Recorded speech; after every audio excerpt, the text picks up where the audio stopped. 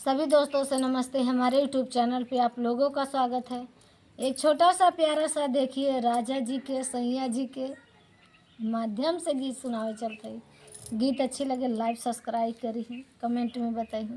देखा कैसे जान मारा था मोबाइल, उसी के माध्यम से सुनावे चलते हैं। चला जान मारई राजा के मोबाइलिया हो, कैसे जाई नाई हरवा। जान मारई राजा के मोबाइलिया हो, कैसे जाई नाई हरवा। कैसे जाई नाई हरवा, कैसे जाई नाई हरवा। जान मारई राजा के मोबाइलिया हो, कैसे जाई नाई हरवा।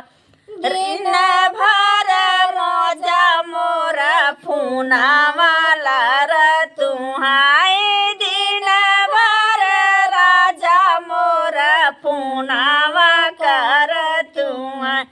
भोरही में मारई मिसा कालावा हो, कैसे जाई नाई हरवा।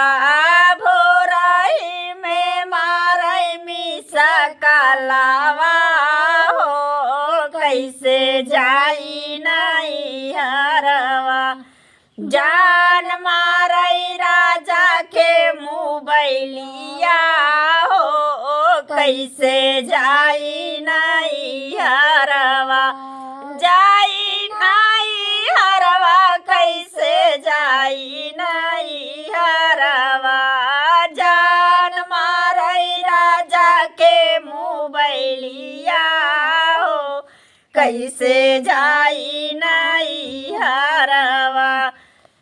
दिल्ली में मोर राजा नौकरी कर तुहाई, दिल्ली में मोर राजा नौकरी कर तुहाई। वीडियो कॉलिंग करथिनी बतिया हो, कैसे जाई नाई हरवा। वीडियो कॉलिंग करथिनी बतिया हो, कैसे जाई नाई हरवा।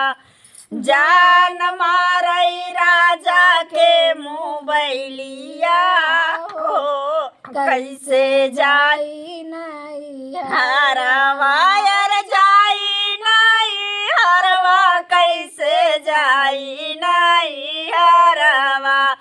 जान मारई राजा के मोबाइलिया हो, कैसे जाई नाई हरवा।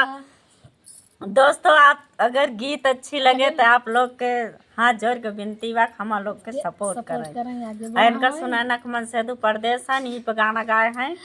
कमेंट जरूर करके बताइए कि अच्छा लगे कि नहीं। हाँ भैया दीदी।